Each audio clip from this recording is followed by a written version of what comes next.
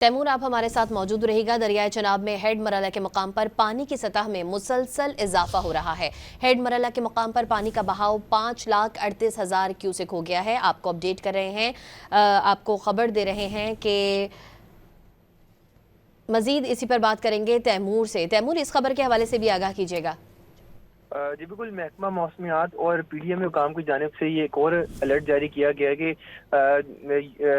Head Marala के मकाम पर जो पानी की सतह है वो पिछले तकरीबन 1.5 से 2 रोज से जो है मुसलसल इसमें जो है वो इजाफा हो रहा था, और इसी हवाले से एक अलर्ट जो है वो जारी किया गया कि इसके अंदर इस वक्त 5,38,000 क्यूसिक पानी जो है वो यहाँ से पानी का जो रेला है वो गुजर रहा है। इस हवाले से तमाम तर हिफाजती इंतजाम तो किए गए हैं, लेकिन जाहिर है कि पानी को रोकना कोई आसान नहीं होता। इसको इसी के हवाले से जो मॉनिटरिंग इसकी जारी है, और अगर कहीं पे भी ब्रीच करनी पड़ी मुतलका हुकाम को तो वो करेंगे। जाहिर है कि मेन जो शहर है इसके सराउंडिंग में उनको बचाया जाएगा। तो इस हवाले से एक बड़ा रेला जो है वो इस वक्त हेड मराला के मकाम से गुजरा है, जिसकी जो 5,38,000 क्यूसिक का है। जी बहुत शुक्रिया।